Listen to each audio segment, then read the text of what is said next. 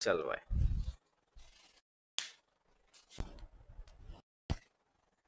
नमस्कार सभी दोस्तों को और स्वागत है आपका 11 बजे YouTube चैनल हरेंद्रा मैथ्स पर। और एक बारी आप और हम लोग फिर एक साथ 11 बजे की सीरीज में आमने सामने हैं। आज पढ़ाई के अलावा भी कुछ बातचीत का दौर जारी रहना चाहिए, क्योंकि बातचीत से बड़े बड़े मुद्दे हल होते हैं। तो कहते हैं कि कोई भी चीज जब बनती है तो बातचीत से, और बिगड़ती है तो भी बातचीत के थ्रू। तो हम लोगों के अंदर वाद संवाद कम्युनिकेशन रहना चाहिए। इसलिए मुझे लगा कि पढ़ाई के अलावा भी कभी कभार चीजों के ऊपर मिल लेना चाहिए। ठीक है। तो बहुत सभी को नमस्कार, वेरी वेरी गुड मॉर्निंग। ठीक है, बहुत बहुत नमस्कार सभी को।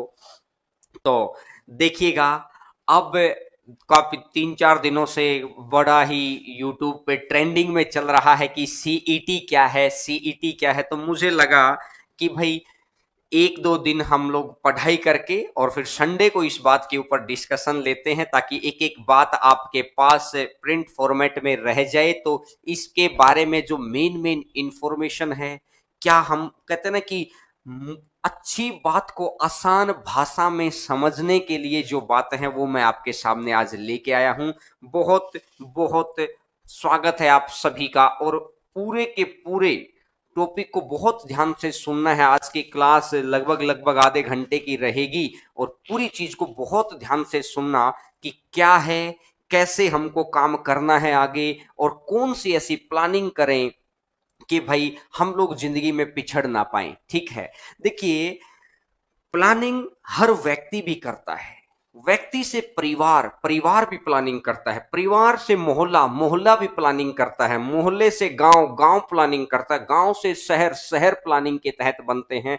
शहर से बनता है राज्य, राज्य प्लानिंग से, राज्य से बनता है देश, देश प्लानिंग से देश को चलाती है सरकार, तो सरकार भी प्लानिंग करती है। ये प्लानिंग किस लिए की जाती है? कि हर व्यक्ति चाहता है कि आपका पद बड़ा हो, यानी कि आप जहां पर भी काम करें आपका बहुत डेस्टिनेशन हाई हो, आपका कद बड़ा हो, कि समाज में आपको उस तरीके का सम्मान मिले। कि पद और कद के लिए इंसान काम करता रहता है, क्योंकि पद और कद के ऊपर धन, वैभव, मान, सम्मान। तो सरकार भी अपने पद और कद को बढ़ाने के लिए तरह तरह की प्लानिंग करती है। वो चेंज हमारे सामने लेके आती है। तो उस चेंज को, अब एक स्कीम आई है, कॉमन एंट्रेंस टेस्ट, सीईटी। एक स्कीम आई है सीईटी। इसके बारे में बहुत सारी चीजें, बिल्कुल कहते हैं कि आसान भाषा में मैं आपके लिए लेके आया हूं। बिल्कुल आसान भाषा में आपको समझना है, बहुत अच्छे से समझना है एक एक बात को। सीईटी क्या है? Common entrance test. कि भाई जो पहले बच्चा एसएससी की तैयारी कर रहा था, बच्चा बैंक की तैयारी कर रहा था, बच्चा रेलवेज की तैयारी कर रहा था, बच्चा रेलवेज की तैयारी कर रहा था, एसएससी की तैयारी कर रहा था, बैंक की तैयारी कर रहा था, रेलवे की तैयारी कर रहा था। अभी हम लोग बात करेंगे सिर्फ और सिर्फ किसकी? सिर्फ और सिर्फ इन तीनों एग्जाम्स की। इसके अलावा जितने भी स्टेट एग्जाम्स हैं अभी उनके बारे में अपन बातचीत नहीं करेंगे। तो देखिएगा, अब इन तीनों बोर्डों को मिलाकर एक बोर्ड बनाने की बातचीत चल रही है। कि इन तीनों बोर्डों को मिलाकर एक बोर्ड बनाएंगे, और उस बोर्ड का नाम होगा कॉमन एलिजिबिलिटी टेस्ट। की एक टेस्ट लिया जाएगा। ये नया प्रोसेस है। ये किस तरीके से हमको फायदा देगा, या किस तरीके से हमको नुकसान देगा, या क्या हमारी प्लानिंग रहनी चाहिए कि ना तो हमारे को नुकसान हो और हम मैक्सिमाइज टू मैक्सिमाइज प्रॉफिट कर पाए। तो उस चीज के ऊपर अपन आज चर्चा करेंगे, और ये चर्चा बड़ी जरूरी है, क्योंकि इससे आप बच्चों के माइंड में कुछ स्टेप क्लियर हो जाएंगे कि मुझे किस तरीके से आगे बढ़ना है। ठीक है। तो देखिएगा,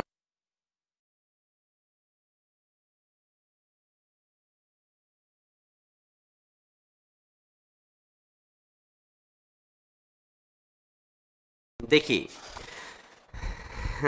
ग्रुप डी में भी सीईटी होगा क्या? सबसे पहली चीज मैं आपको बता दूं कि एक चीज मैं आपको बता देता हूं कि जो एग्जाम पहले निकल चुके हैं, यानी कि अभी जो एनटीपीसी होने वाला है आपका, या जो आपका ग्रुप डी होने वाला है, इनके अंदर ये एप्लीकेबल नहीं है। ये चीजें एप्लीकेबल इनके अंदर नहीं है। आने वाले एग्जाम्स के लिए हैं ये एप्लीकेबल, इनके अंदर एप्लीकेबल नहीं है। तो आपको अब धीरे धीरे हम लोग स्क्रीन के ऊपर कुछ रखते हैं और उसके ऊपर बात करेंगे। अब एक एक बात को मैं आसान भाषा के अंदर आपके लिए लेके आया हूं, कहता कि जब भी आपके पास आए, कुछ काम करके आए तो अच्छा लगता है। सीईटी थोड़ा सा और बड़ा कर दीजिए इसको, मैक्सिमम जितना बड़ा हो सकता है सर। देखिएगा सीईटी का बात क्या है, कॉमन एलिजिबिलिटी टेस्ट। अब पहले सबसे पहले समस्याएं विद्यार्थियों के लिए क्या समस्या थी पहले, मैं अगर इसके ऊपर बात करता हूं कि विद्यार्थियों के लिए क्या समस्या थी, तो एसएससी के लिए अलग अप्लाई करना पड़ता था, रेलवे के लिए अलग अप्लाई करना पड़ता था, बैंक के लिए अलग अप्लाई करना पड़ता था। तो तीनों के लिए अगर अलग अलग अप्लाई करना पड़ेगा तो ऑब्वियस सी बात है फीस सबकी अलग अलग ही लगेगी, सबके लिए अलग अलग फीस लगेगी। भाई बैंक के ऐसे ऐसे कि जनरल कैंडिडेट के बेचारे के 800 रुपए का फॉर्म आता था। एक गांव के अंदर एक कहते हैं कि गरीब किसान का बेटा या बेटी किस तरीके से वो 2-3 फॉर्म डाले कि 3-3 4-4 हजार के लोगों के फॉर्म डल जाते थे। दूसरी बात है, परीक्षा केंद्र दूर दूर आते थे तो जाने का किराया, वहां पे रात में रुकते थे, वहां का अपना होटल का खर्चा या भी किसी लॉज के अंदर आप रुकते थे, तो और उसके बाद किसी रेलवे स्टेशन के सहारे आप रुकते थे, वहां पे रुकने का खर्चा, फिर इतनी भीड़ होती थी कि परेशानी अलग से। तो कहते हैं कि उन बहनों को परेशानी होती थी, उन बेटियों को परेशानी होती थी जो गांव से एक दूसरे बड़े शहर के अंदर जाते हैं। ठीक है, तो एक परीक्षा केंद्र दूर दूर होने की वजह से परेशानी होती थी। बहुत ध्यान से सुनना मेरी बात को। और एक ही दिन में कई बार क्या होता था कि एसएससी का पेपर भी आ गया है, बैंक का पेपर भी आ गया है, और एक ही दिन के अंदर दो दो परीक्षा हो जाती थी। फिर किसी एक को कैंसिल किया जाता था अगर ज्यादा विद्रोह हो जाता था, और उस कैंसिल की वजह से चयन प्रक्रिया बड़ी ही लंबी हो जाती थी। तो मैंने ये आपको बताया है कि क्या कौन सी परेशानियां विद्यार्थियों के लिए थी, कि अलग अलग अप्लाई करना पड़ रहा है, फीस ज्यादा लग रही है, खर्च ज्यादा है, इनकम हमारी है नहीं और खर्चा हमारा बढ़ता जा रहा है। तो इसका मतलब है कि हमारे लिए तो ये परेशानी थी ही। अब ऐसा नहीं है कि अगर हम परेशानी में है तो कोई दूसरा परेशानी में नहीं हो सकता। कभी भी ये मत सोचा करो, कहते हैं ना कि ये जिंदगी, ये दुनिया भगवान ने ना बैलेंस सिस्टम के तहत बनाई है। एक बारी ये पलड़ा भारी रहेगा तो अगली बारी ये पलड़ा भारी रहेगा, अगली बारी ये पलड़ा भारी रहेगा तो अगली बारी ये पलड़ा भारी रहेगा। एक बैलेंस सिस्टम के तहत बनाई है। तो अब अगली स्क्रीन आप देखेंगे, नेक्स्ट स्क्रीन देखिएगा कि इसके ऊपर किन के लिए, भाई जो परीक्षा बोर्ड है, एक एसएससी बोर्ड है, एक बैंक बोर्ड है, एक रेलवे बोर्ड है। अभी हम लोग सिर्फ इन तीन के ऊपर बात कर रहे हैं। तो एसएससी बोर्ड है, बैंक बोर्ड है, रेलवे बोर्ड है। इन तीनों बोर्डों के लिए क्या परेशानी थी, तो मैंने एक एक बात को सोचा कि एक विद्यार्थी को लेके हम लोग क्या क्या सोच सकते हैं। परीक्षा बोर्ड की समस्याएं, कि जो बोर्ड है, एक से अधिक परीक्षा बोर्ड है। एक तो एक आदमी बैठ के सोचता है, एक घर में उसी काम को 4 आदमी बैठ के सोचते हैं, एक घर के उसी काम को 10 आदमी बैठ के सोचते हैं। तो एक जगह 10 दिमाग चले और एक जगह एक दिमाग चलेगा तो वो एक वाला थोड़ा पिछड़ जाएगा। कहते हैं कि एकता में बल होता है। वो कहानी आपने लकड़हारे वाली कहानी सुनी होगी, एकता के अंदर बल होता है। तो एकता का बल क्या है कि अब एसएससी बोर्ड के भी जो टॉप क्रीम मेंबर्स हैं, बैंक बोर्ड के भी टॉप क्रीम मेंबर्स हैं, और रेलवे बोर्ड के भी टॉप क्रीम मेंबर्स, अगर तीनों बैठ के एक अच्छी प्लानिंग करेंगे ना तो वो बेहतर हो पाएगा। तो यानी कि सबसे पहले था कि सब अपने अपने घर को बचाने की सोच रहे थे। अगर सभी लोग गांव को बचाने की सोचते तो सबके घर ही बच जाते। तो एक से अधिक परीक्षा बोर्ड थे। पहले परीक्षा बोर्ड के लिए परेशानी थी, प्रत्येक का हर एक का टायर 1 अलग था, टायर 2 अलग था। कि बैंक के लिए बच्चा अलग से प्री का पेपर दे रहा है, एसएससी के अंदर ही प्री के पेपर देते थे, एसएससी के अंदर सीजीएल वाला बच्चा अलग से प्री का पेपर देता है, सीपीओ वाला बच्चा अलग से प्री का पेपर देता है, और ये डाटा एंट्री ऑपरेटर वाला बच्चा अलग से प्री का पेपर देता है, एमटीएस वाला बच्चा अलग से प्री पेपर देता है। ये तो मैं कह रहा हूं एसएससी की ही डिपार्टमेंट देख लो, एक ही बोर्ड के अंदर इतने सारे प्री के एग्जाम होते थे, और फिर किसी जैसे इस तरीके से आ जाता था कि कभी आ गया है एफसीआई वाला या कुछ भी अदर, मतलब कहते हैं कि डिपार्टमेंटल। तो इस तरीके के खूब सारे प्री के एग्जाम हमको देने पड़ते थे, तो हमारे लिए समस्या क्रिएट होती थी, तो वो बोर्ड के लिए भी समस्या क्रिएट थी। क्यों? क्योंकि भाई एक बात बताओ ना, अब जब सीजीएल पेपर चाहता है उसी वक्त बैंक वाले भी पेपर चाहते हैं, तो परीक्षा केंद्र कहां बनाएं? ऑनलाइन के अंदर समस्या क्या है कि परीक्षा केंद्र कहां पे बनाए फिर अपन? तो परीक्षा केंद्र अगर नहीं मिलेगा तो ऑटोमेटिक सी बात है कि डिले होगा, और एक ही विद्यार्थी ये भी दे रहा है, ये भी दे रहा है, ये भी दे रहा है, ये भी दे रहा है, ये भी दे रहा है, तो विद्यार्थी के भी खर्चा आया, उस पैसे का यूज हुआ ही नहीं। वहां पर नए नए परीक्षा केंद्र लेने पड़े और सेंटर लेने पड़े, तो वहां पर स्टाफ भी रहा होगा, उनको भी पे करना पड़ा, तो मतलब है कि अधिक खर्च हो जाता है। और ऑब्वियस सी बात है, जब खूब सारी गपशप हो जाती है तो रिजल्ट का डिले होना भी तय है, और रिजल्ट डिले हो जाएगा तो चयन प्रक्रिया भी बड़ी लंबी हो जाएगी, चयन प्रक्रिया अपने आप ही लंबी चली जाएगी, चयन प्रक्रिया एक जैसी नहीं रहेगी। तो ये बात आप समझ सकते हैं कि परीक्षा बोर्ड के लिए परीक्षा बोर्ड को किस तरीके की परेशानियों का हमको सामना करना पड़ता था।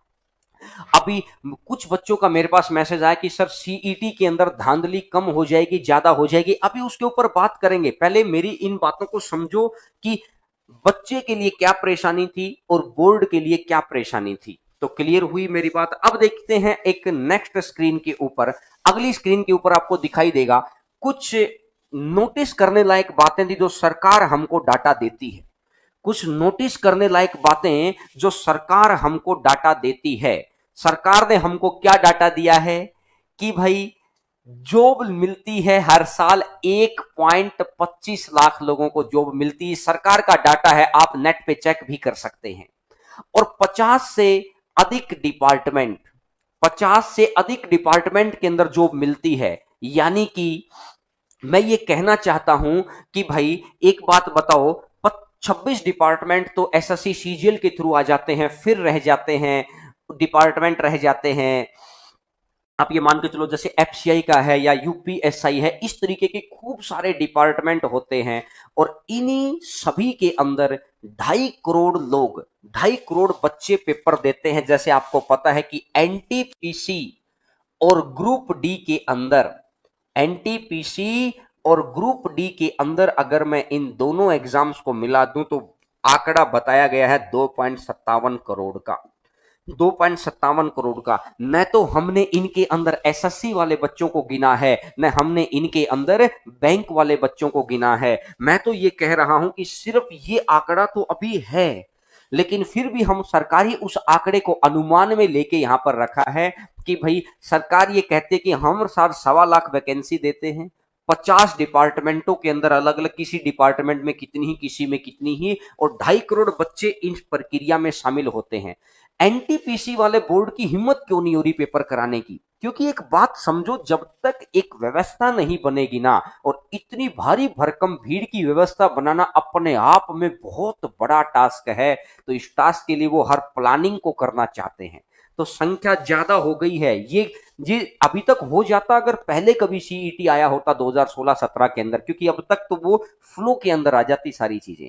और सरकार का कहना है कि हम लगभग लगभग 1 साल से 1.5 साल के अंदर किसी भी एग्जाम को पूरा कर लेते हैं। ये अलग बात है कि 2-2, 2.5-2.5, 3-3 साल में भी प्रक्रिया पूरी नहीं होती है, लेकिन ये जो मैंने आपके सामने डाटा रखा है ना, ये डाटा गवर्नमेंट का डाटा है कि सरकार ये कह रही है। अगर सरकार ये कह रही है तो इस व्यवस्था में सुधार के लिए ही आपको क्या करना है? इस व्यवस्था में सुधार के लिए ही आपको करना है कि सीईटी, क्योंकि सरकार की अपनी प्लानिंग बदल रही है। अब देखिएगा आपकी स्क्रीन के ऊपर समझ में आएगा आपको अभी कि आगे क्या हम कर सकते हैं, या क्या हमारे लिए आया है, या क्या सरकार हमको कहना चाह रही है। देखिएगा ये जो कॉमन एंट्रेंस टेस्ट है कराएगा, आयोजित कौन कराएगा? नेशनल रिक्रूटमेंट एजेंसी, एनआरए, एक बोर्ड बनाया जाएगा और ये बोर्ड आयोजित कराएगा एनआरए के तहत। जैसे आपने देखा ना, जैसे स्कूलिंग के लिए होता है सीबीएसई बोर्ड, जैसे स्कूलिंग के लिए होता है सीबीएसई बोर्ड, या हर स्टेट का अपना अलग बोर्ड होता है, तो इसी हिसाब से अब स्कूल की यूनिवर्सिटी का अपना एक अलग बोर्ड होता है, यूजीसी। यूजीसी यूनिवर्सिटी का एक अलग बोर्ड होता है। इसी हिसाब से अब गवर्नमेंट जॉब यानी कि सरकारी नौकरी देने वालों के लिए एक बोर्ड ये बना दिया गया है और बोर्ड का नाम दिया गया है नेशनल रिक्रूटमेंट एजेंसी। मैंने हर मुश्किल फैक्ट को हिंदी में टाइप करवाया है बहुत आसानी से, और यह सभी परीक्षाओं का टायर 1 लेगा सिर्फ। मतलब टायर 1 के लिए इनको बोला गया है कि टायर 1, इसके बाद टायर 2 के लिए अलग अलग बोर्ड अपने अपना, अभी यानी इसी के अंदर आएगी वो चीजें, लेकिन टायर 2 हर किसी का अलग होगा। बैंक का टायर 2 अलग होगा, एसएससी का टायर 2 अलग होगा, रेलवे का टायर 2 अलग होगा, और या आने वाले समय के अंदर जो भी डिपार्टमेंट इसके अंदर शामिल किए जाएंगे सभी के लिए टायर 2 अलग होगा। अब पहले दो ही भाषाओं में पेपर होता था, एक हिंदी के अंदर, एक इंग्लिश के अंदर। तो आप ये बात को जान सकते हैं कि इंग्लिश में मैक्सिमम बच्चों को, मतलब जो गांव के परिवेश में पले बढ़े हैं, राजस्थान और हरियाणा वाले बच्चों के साथ कुछ ज्यादा ही हम लोग घुले मिले हुए हैं, तो मैं बता सकता हूं कि कितनी दिक्कत आती होगी। तो ये 12 भाषाओं में होगा पेपर। आप भाषाएं चूज कर सकते हैं कि आप किस भाषा के अंदर एग्जाम देना चाहते हैं, ये हम लोगों के लिए। अब चौथा पॉइंट है, डिफिकल्टी लेवल सबके लिए बराबर होगा। मतलब देखिएगा, एक बच्चा रेलवे की तैयारी कर रहा था और उसको फिर जाना पड़ गया एकदम से बैंक के एग्जाम में, तो एकदम से उसने देखा कि बैंक का स्टैंडर्ड बहुत ऊपर है, रेलवे का नीचे रह गया। एसएससी में जाना पड़ गया फिर उसी स्टैंडर्ड पे, यानी वो बच्चा कहते ना कि न घर का रहा न घाट का रहा। तो ये परेशानी आने वाले विद्यार्थियों को ना हो, तो सरकार ने क्या प्लानिंग आपके लिए की है? प्लानिंग ये की है मेरे भाई कि डिफिकल्टी लेवल एक जैसा कर दो, ताकि शुरुआती 6 महीने में बच्चे अपने आप को तैयारी कर लेंगे। अरे कोचिंग संस्थान किस लिए होते हैं? यूट्यूब चैनल्स पे लोग पढ़ते हैं, इतने टीचर से मिलके एक बारी लेवल बढ़ जाएगा और एक बारी फिर आप किसी भी स्कोर को दे सकते हैं। कि जैसे मैं मानता हूं कि अगर ये माना गया कि 200 नंबर का पेपर हुआ, ध्यान से सुनना, तो आपके स्कोर आ गया है 180, आपका स्कोर आ गया है 180। आपने पहले आपका स्कोर आता था 90, आपने 6 महीने 7 महीने साल भर किसी अच्छे टीचर के पास तैयारी की, अच्छी संस्था के पास तैयारी की, वहां पर आप गुरुकुल में रहे या घर पे रहे या हॉस्टल में रहे, कैसे भी रहे। फिर उसके बाद क्या होगा कि भाई आपने अपना स्कोर कर लिया इतना। अब क्या हुआ कि अब आप एलिजिबल हैं, आप चाहे एसएससी में जाएं, आप चाहे बैंक में जाएं, आपका एक माइंड लेवल तैयार हो गया है, ठीक है।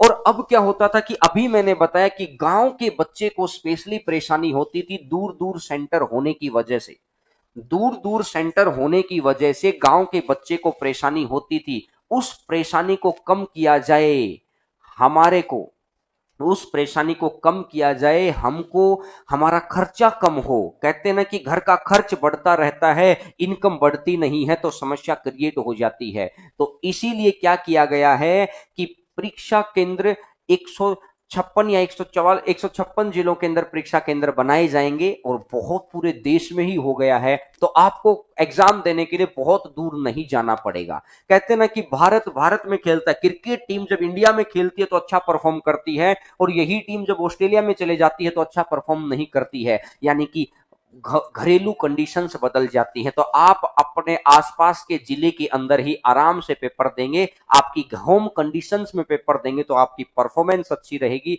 दिक्कत नहीं आएगी सभी को। और अब छठे नंबर पे मैंने बोला कि आने वाले समय में यह बाकी जो डिपार्टमेंट बच गए हैं, जैसे एसएससी, बैंक और रेलवे के अलावा जो भी सेंटर के अदर एग्जाम बच गए उनमें भी लागू होगा। और यह जो केंद्र, ये जो राज्य स्तरीय परीक्षा होती है, जैसे राजस्थान के अंदर पटवारी की बात करें, कांस्टेबल की बात करें, यूपी के अंदर लेखपाल की बात करते हैं, यूपीएसआई की बात करते हैं, बिहार दरोगा की बात करते हैं, इस तरह की परीक्षा में या तो टीचर एलिजिबिलिटी टेस्ट होते हैं, उस तरह का कि जैसा ही ये टेस्ट हो गया है। एक बच्चे ने बिल्कुल सही बोला कि सर आईएएस प्री के जैसा हो गया है, यह एक क्वालिफाइंग नेचर का टेस्ट है। सीईटी क्या होगा? सीईटी एक क्वालिफाइंग नेचर का टेस्ट हो गया है। 60% नंबर आपके आ जाएंगे तो आप इसमें क्वालिफाई कर जाएंगे। सीईटी के अंदर 60% नंबर आते ही आप क्वालिफाई कर गए हैं। फिर आप टायर 2 के लिए जब भी वैकेंसी निकलती है, एसएससी में निकली है तो एसएससी में फॉर्म डालो, क्योंकि आपका स्टैंडर्ड तो सेट हो ही चुका है। ऐसा तो है नहीं कि आपने रेलवे की तैयारी की थी, स्टैंडर्ड आपका है नहीं, अब बैंक के पेपर कैसे भरे? नहीं, जब सभी का पेपर एक जैसा हो गया तो 6-7 महीने कहते हैं कि सरकार हमको नौकरी दे, हम तैयार तो हो जाएंगे, तैयार होने में परेशानी नहीं, अपना काम ही तो है तैयारी करना। अब इस पैटर्न पे तैयारी कर रहे हैं, फिर दूसरे पैटर्न पे तैयारी कर लेंगे। एक ही बारी टाइम लगता है 6-7-8 महीने का, उसके बाद आराम से कहते हैं कि ये एक चैलेंज है और चैलेंज को एक्सेप्ट करना सीखो, सरकार नौकरियां देगी तो हम अपने आप को बदल लेंगे इन चीजों के अंदर। ये कोई दिक्कत वाली बात नहीं है, किसी भी बच्चे के लिए परेशानी नहीं है।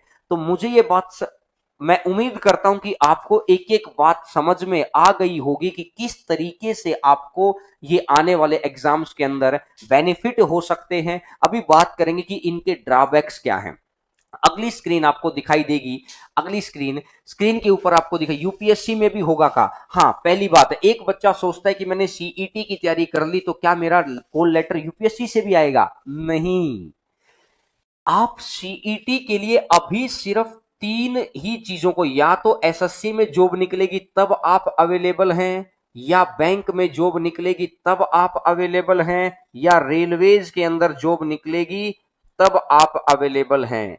इन 3 जगह पर कोई कहीं पर भी जॉब निकल जाए, आप अवेलेबल हैं। अब नई बातें क्या है इसके बारे में कि प्रत्येक विद्यार्थी एक से ज्यादा बार परीक्षा दे सकता है। मैंने ऐसा माना कि भाई क्या, कि भाई एक बच्चे ने एक बार परीक्षा दी, 200 नंबर का पेपर हुआ, उसके आए 120 नंबर। ठीक है, अब ये 6 महीने बाद एक बार दोबारा परीक्षा हुई, वो दे सकता है क्या? बिल्कुल दे सकता है। अगली बारी उसके नंबर आ गए हैं 160। अब ये तीसरी बारी परीक्षा हुई, उसका मन करे तो दे, अगर उसका मन नहीं किया कि चलो मैं नहीं देता हूं, तो उसका इन दोनों में से कौन सा स्कोर माना जाएगा? मैंने तीसरे नंबर पे लिख रखा है अधिकतम अंक मान्य होंगे। ये भी स्कोर 3 साल के लिए वैलिड है और ये स्कोर भी 3 साल के लिए वैलिड है। लेकिन सर जब सिलेक्शन होगा तो कौन सा स्कोर मानेंगे? वो मेरा 120 मानेंगे कि 160 मानेंगे? आपका स्कोर माना जाएगा 160। कई बारी क्या होता है कि जब पेपर आता है तो घर की कंडीशन ऐसी हो जाती है या हमारा दिमाग नहीं चल पाता है, कुछ भी सिचुएशन अपन लगा लें, आपके पहली बारी में आपने पेपर दिया तो 190 नंबर आए, दूसरी बारी में आपने पेपर दिया तो 140 आ गए। तो अब सर, अब तो मेरे नंबर कम हो गए। अब बच्चे को डर ये रहेगा कि कम अगर नंबर हो गए तो अब क्या करेगा? अब भी वो ज्यादा वाला स्कोर, जिस बच्चे का एक स्कोर वैलिड होगा, आप इस 190 वाले स्कोर के हिसाब से आप अप्लाई कर सकते हैं। तो मतलब है कि एक से ज्यादा बार पेपर देने में नुकसान नहीं होगा किसी भी बच्चे का। ये मैंने आपको समझा दिया, किसी बच्चे का कोई नुकसान नहीं होगा एक से ज्यादा बार पेपर देने में। हर स्कोर 3 साल के लिए वैलिड है, ये वाला स्कोर भी 3 साल के लिए वैलिड रहेगा, जब एग्जाम हुआ उसके 3 साल तक। ये वाला स्कोर भी 3 साल के लिए वैलिड रहेगा, जब एग्जाम हुआ उसके 3 साल तक। लेकिन आपके लिए ये फायदा ये है कि आपके अंदर इंप्रूवमेंट की गुंजाइश तो है कि 140 आए तो 160 आ गए तो फायदा है, कम आ गए तो नुकसान कुछ नहीं है, 140 को लेके अपन आगे बढ़ते रहेंगे। अभी सिलेबस के बारे में, सिलेबस नया नहीं आता है, सिलेबस वही रहेगा, थोड़ा पैटर्न बदल जाएगा। मैं फिर कह रहा हूं, 2 चीजें हैं, एक है सिलेबस। सर सिलेबस नया आएगा क्या? यार जो 10वीं क्लास तक की चीजें आपने पढ़ी हुई है ना, वही मैथ है, वही इंग्लिश है, वही रीजनिंग है, वही जीएस है, सब कुछ वही रहेगा। सिलेबस तो सेम ही रहना है, बस थोड़ा सा पैटर्न का बदलाव हो रहा है कि जो चीज पहले 50 पे आती थी, हो सकता आज वो 100 की आने लग जाए, या हो सकता है वो 40 की आने लग जाए, तो पैटर्न में हो सकता है। ठीक है, तो पेपर लगे सर सभी एग्जाम क्लियर हो जाएगा, बिल्कुल पेपर लगवाने के लिए ही ये कंडीशन को उन लोगों ने देखा है। तो अब देखिएगा आगे, और ये आने वाले ईयर के अंदर एप्लीकेबल होगा, क्योंकि अभी तो ये प्लानिंग हुई है, तो प्लानिंग के एग्जीक्यूट होने में टाइम लगता है। हर बार प्लानिंग के एग्जीक्यूट होने में टाइम लगता है। विद्यार्थियों को मिलने वाले लाभ, विद्यार्थियों को क्या लाभ मिलेगा, हर चीज हम लोग अपने प्रॉफिट के बारे में ही तो सोचते हैं कि हमारे को क्या प्रॉफिट होगा इस बात का। तो आप देखिएगा आपको क्या प्रॉफिट होगा। एक ही बारी फीस देनी पड़ेगी बस, दोबारा फीस ही नहीं देनी पड़ेगी।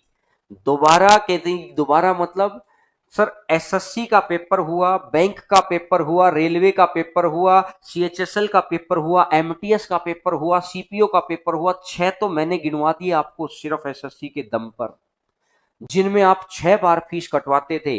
अगर आपने 200 रुपए का भी फॉर्म डाला तो एक बच्चे का कम से कम 1200 रुपया लगा, और 1200 रुपया तो पेपर डालने, पेपर भरने का। अब उस परीक्षा केंद्र तक गए तो किराया, फिर आए फिर किराया। उसके बाद क्या हुआ कि वहां पर अगर दूर परीक्षा केंद्र था तो वहां रहने के लिए होटल लिया, लॉज लिया, या आप धर्मशाला में रुके, कहीं पर भी वो किराया, और परेशानी अलग से हुई। तो एक ही बारी फीस के अंदर आपको एक बारी के लिए वैलिड हो जाएंगे, यानी रजिस्ट्रेशन एक बार हो गया।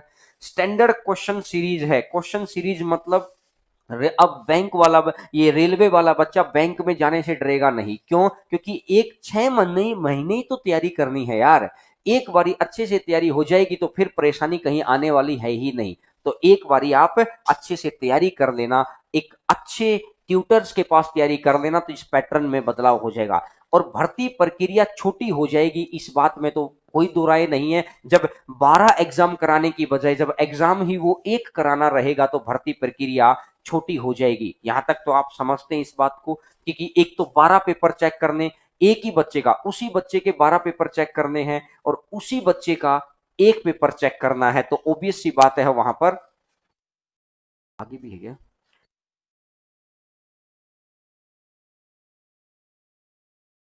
ठीक है। और अब एक बात देखिएगा, दूसरी बात मैं आपको बता रहा हूं कि ये तो हो गया गवर्नमेंट का, और गवर्नमेंट के बाद आप प्राइवेट के अंदर भी कुछ जो आने वाली टाइम होगा, जब लेवल थोड़ा सा और बढ़ जाएगा, कहते हैं ना कि 10वीं का बच्चा पहले मोबाइल यूज नहीं करता था, आज 5वीं का बच्चा भी मोबाइल यूज करता है, तो स्टैंडर्ड बढ़ गया है। तो आने वाले समय में अगर हमारा गवर्नमेंट के अंदर नंबर मैं मानता हूं कि नहीं पड़ा और घर के आसपास प्राइवेटाइजेशन हो रहा है, घर के आसपास कोई अच्छी सी प्राइवेट कंपनी आ गई है, या वो अच्छी सैलरी देने वाली कंपनी है, चाहे थोड़ा घर से दूर भी है, तो प्राइवेट कंपनियों के अंदर भी जाकर बच्चे बता सकते हैं कि भाई मेरा सीईटी के अंदर ये स्कोर रहा था और इसलिए सी मेरा मतलब आपका मेंटल एटीट्यूड लेवल चेक हो जाएगा। क्लियर है बात। तो इस तरीके में हम लोग देखा है कि क्या क्या हमारे लिए बेनिफिट हैं और क्या क्या मतलब जो पेपर करवा रहे हैं उनके लिए जो बेनिफिट हैं। ठीक है। और अब एक बात देखिएगा, दूसरी चीज मैं आपको ये समझा रहा हूं कि सिलेबस आपका वही रहेगा, थोड़ा मोटा बदलाव आएगा। और अब एक बात और देखो, अगर ये पेपर क्वालिफाइंग नेचर का है तो बच्चा बार बार पेपर देगा ही क्यों। एक बारी पेपर दिया, चलो भाई प्री के झंझट से तो खत्म, अब सीधा मेंस की तैयारी करनी है, और मेंस की तैयारी में उन सदे हुए टीचर्स के पास, सदे हुए लोगों के पास आप पहुंचेंगे जिनसे आपको पता है कि जिन्होंने इस एग्जाम को क्रॉस कर रखा है। अब मेरी अपनी व्यक्तिगत राय क्या है, बच्चों का यह मानना है कि सर इससे वैकेंसी बढ़ गई क्या। अरे सीईटी के अंदर ऐसा कोई प्रावधान उसने नहीं बताया है हमको कि इससे वैकेंसी बढ़ गई। मेरा यह मानना है कि अगर इस बात में वो ये डालता कि इतने हर साल इतने लाख बच्चों को जॉब मिलेगी तो ज्यादा फायदा होता इस बात से, लेकिन उसने बोला कि अभी पेपर प्रक्रिया को स्लो कर रहा, मतलब स्लो पेपर प्रक्रिया को फास्ट कर देगा, पैटर्न बदल देगा। कहने का मतलब यह है कि एक सॉफ्टवेयर से दूसरे सॉफ्टवेयर में चले जाएंगे, एक मोबाइल से दूसरे मोबाइल पे चले जाएंगे, लेकिन अगर मोबाइल से हम लैपटॉप में जाते तो ज्यादा बेहतर हमको अच्छा लगता। तो मेरा ऐसा मानना है कि अभी वैकेंसी उतनी ही रहेंगी, सरकार हमको जॉब दे दे, हमको जॉब चाहिए है, पेपर वो कैसा ही ले ले हमसे, हम तैयारी कर लेंगे, लेकिन जॉब के बारे में बात आकर अगर गवर्नमेंट करे तो हमें और अच्छा लगता। ये तो हो सकता है एक लुभाने वाली बात हो गई है कि भाई जब तक कहते हैं ना कि जड़ पे काम नहीं करोगे, पत्तों पे काम हो रहा है, यहां पर जड़ पे काम नहीं करोगे तब तक बात नहीं बनती है। तो मुझे ऐसा लगता है कि ये आने वाले समय में शायद कुछ अच्छा हो जाए, हमारे लिए उम्मीद है, एक चांस लेना चाहिए, ये रिस्क है, रिस्क लेने से ही बात आगे बढ़ेगी। 5 सब्जेक्ट आएंगे क्या, देखिए सब्जेक्ट के बारे में अभी कुछ भी नहीं बताया गया है उसके द्वारा। हमें तो ये मानना है कि पैटर्न में बदलाव हुआ है तो क्या क्या हमको बेनिफिट हो सकते हैं। ठीक है। अ,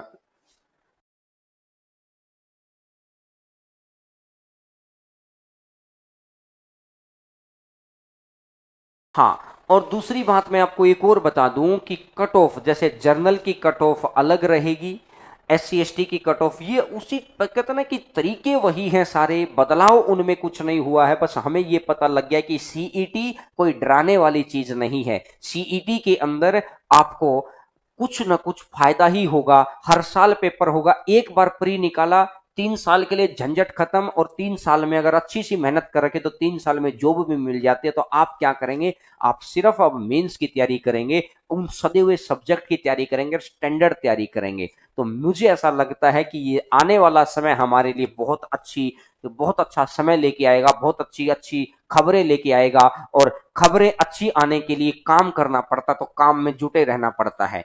और अब बात करते हैं, खूब सारे बच्चे अपने से चाहते हैं कि सीईटी 2 बार क्यों देंगे। हाँ, 2 बार देने का मतलब नहीं बनता, मैं तो ये कह रहा हूं कि पहली बारी में अगर स्कोर आपको लगता है कि रह गया है तो अगली बारी में क्रॉस कर जाएंगे उसको। मेन तो लड़ाई मेंस की रह जाएगी हमेशा की तरह, क्योंकि प्री तो दुनिया का ही क्रॉस हो गया है। जैसे आईएएस वाला बच्चा पहले मेंस की तैयारी करता फिर प्री की करता, तो गेम यहां पर भी वही हो जाएगा। बच्चा पहले मेंस के लिए जरूर जाएगा, प्री तो उसके साथ साथ अपने आप निकल जाएगा। अब बात करते हैं कि ऐप के ऊपर, तो थोड़ा सा हम लोग डिले हो रहे हैं ऐप में। ऐप बहुत जल्दी आ जाएगी, बस कुछ थोड़ा सा पेशेंस रखिए, कुछ ना कुछ हम लोगों का टेक्निकल चीजें चली हुई हैं, इस वजह से ऐप आ जाएगी। अंग्रेजी आ जाएगी रेलवे में, तो कोई घबराने वाली बात नहीं है, साइंस भी तो सीखते ही हैं, अरे मैथ भी सीखते ही हैं। और ऐसा जरूरी नहीं है कि वहां हो सकता है कि इंग्लिश ऑप्शनल में बन जाए, वो तो देखा जाएगा क्या आएगा। अभी घबराने वाली जरूरत नहीं है आपको, हिंदी भी वहां पर बैठी है, हो सकता है ऑप्शनल बन जाए और आएगी तो कौन सी बड़ी बात है, बच्चे तो वही हैं भाई, वो बच्चे इंग्लिश भी सीख लेंगे, मैथ भी सीख लेंगे, साइंस भी सीख लेंगे। अरे सरकार जॉब तो दे, बच्चा सब कुछ सीखने को तैयार बैठा है। तो मेन बात है कि इस सिलेक्शन प्रक्रिया में थोड़ी सी तेजी आ जाएगी। ठीक है। और बाकी बताइएगा अगर कुछ है तो। मेंसुरेशन पढ़ाइए, मेंसुरेशन करवा देंगे। मैं अभी पहले अलजेब्रा का टॉपिक हमारा चला हुआ है, मेंसुरेशन करवा देंगे मैक्सिमम बच्चों तक। अगर ये आपको लगा हो कि आप तक हम लोगों ने बहुत स्टिक इंफॉर्मेशन हिंदी माध्यम के अंदर बहुत अच्छे से पहुंचाई है, तो आप वीडियो को लाइक तो बनता ही है, और आप शेयर कर सकते हैं, अगर आपने स्टेटस पे लगा सकते हैं, फेसबुक पे लगा सकते हैं, ताकि दूसरे बच्चों को ये तो पता चलेगा कि ये अवेयर स्टूडेंट है, घर वालों को ये तो पता चलेगा ये अवेयर है, ये जानता है, ये ऐसी चीजें पढ़ रहा है। आपके फेसबुक को चेक करके ही तो लोग बताते हैं ना इसकी थिंकिंग कैसी है, इंसान कैसा है। तो आप अगर इस तरीके के सेशंस को शेयर करते हैं तो लोग सोचेंगे कि बिल्कुल भाई बंदा कुछ न कुछ सोशल एक्टिविस्ट भी है। तो आने वाले समय के अंदर आपको इसका बेनिफिट मिलेगा ही मिलेगा। तो आप अपने फेसबुक पे भी इसको शेयर कर सकते हैं, या मैं कहना चाहूंगा कि आप इसको व्हाट्सएप पर भी आप दूसरों को लिंक भेज सकते हैं। ठीक है। कोचिंग का अभी किसी को कुछ नहीं पता है, ये कोचिंग ही है, हर रोज आपको हर रोज आके पढ़ा रहे हैं, ये कोचिंग ही तो है। और बताइएगा, और अलग अलग लेवल पर है। 10th, एक और मैं बात आपको बता देता हूं कि जैसे एक होगा 10th लेवल के ऊपर सीईटी, एक होगा 12th लेवल के ऊपर सीईटी, और एक होगा सीजीएल लेवल के ऊपर सीईटी। तो एक बच्चे के मन में ये डाउट रहता है कि सर मैंने सीजीएल लेवल का सीईटी दे दिया और मेरा क्वालिफाई भी हो गया, कल को वैकेंसी जो निकली, वैकेंसी निकल गई 10th लेवल वाली, तो क्या मैं अप्लाई कर सकता हूं? आपको ये पेपर देने की जरूरत नहीं है, आप ऑटोमेटिक एप्लीकेबल हो गए। मतलब जब सीजीएल का लेवल यानी ग्रेजुएशन तो आपने तभी तो की होगी ना जब आपकी 10वीं क्रॉस हो गई होगी। तो कल को अगर यहां जॉब निकलती है तो आप यहां भी अप्लीकेबल हैं, यहां निकलती है तो यहां भी अप्लीकेबल हैं, और यहां का तो पेपर आपने दे ही रखा है। तो एक ही पेपर देना पड़ेगा आपको, क्योंकि भाई चाहे वो सीजीएल लेवल का एक पेपर दे देना, उसके बाद 10वीं बेस वाली चीजें भी आपके लिए हो गई हैं, 12वीं बेस वाली चीजें भी आपके लिए हो गई हैं, एक ही पेपर देना पड़ेगा। और क्वालिफाइंग नेचर में रहेगा तो कोई ज्यादा मुश्किल भी बात नहीं आएगी। मेन बात है जो अच्छे सब्जेक्ट बच गए हैं, मैथ है, इंग्लिश है, जीएस है, इस तरह के सब्जेक्ट के ऊपर अब दम लगाना अच्छा लगे, क्योंकि मेंस के अंदर इस तरीके की चीजें आएंगी। ठीक है, तो आप तक मैंने ये सारी बातें पहुंचा दी हैं, सारी चीजों को आपको समझा दिया है कि किस तरीके से क्या करना है। तो वीडियो को दूसरे बच्चों के साथ शेयर जरूर करना, ताकि हम दूसरे बच्चों को भी इन सभी बातों का पता चले, और बाकी अगर कोई भी इंफॉर्मेशन होगी तो आप तक हम लोग आते रहेंगे हमेशा। तो आप सभी बच्चों का बहुत बहुत धन्यवाद। नंबर सिस्टम कंप्लीट करवाओ, करवा देंगे। जो टॉपिक चल रहा है पहले उसको पढ़ा करो, उसके बाद सारी चीजें करवा देंगे। ठीक है, और बहुत बहुत धन्यवाद आप सभी बच्चों का जुड़ने के लिए। ये प्यार और आभार बनाए रखना, और भगवान आपको तरक्की दे, खुशहाल बनाए। बस ईमानदार तरीके से मेहनत करते रहिएगा। आपके घर में कहते हैं कि तरक्की और समृद्धि लौट के आएगी, जिंदगी लौटाती है हमेशा, लौटाएगी आपको वो चीज। तो बहुत बहुत धन्यवाद सभी का। पेड कोर्स लेके आएंगे बहुत जल्दी, लेकिन अभी ऐप के ऊपर हमारा काम चल रहा है। Thank you everyone. कल फिर मुलाकात होती है 11 बजे नए क्वेश्चन सीरीज के साथ। हर रोज 11 बजे क्लास होगी, उस क्लास को तो लेना ही लेना है, सभी बच्चों को लेना है। ठीक है, तो चलिएगा। Thank you everyone, thank you.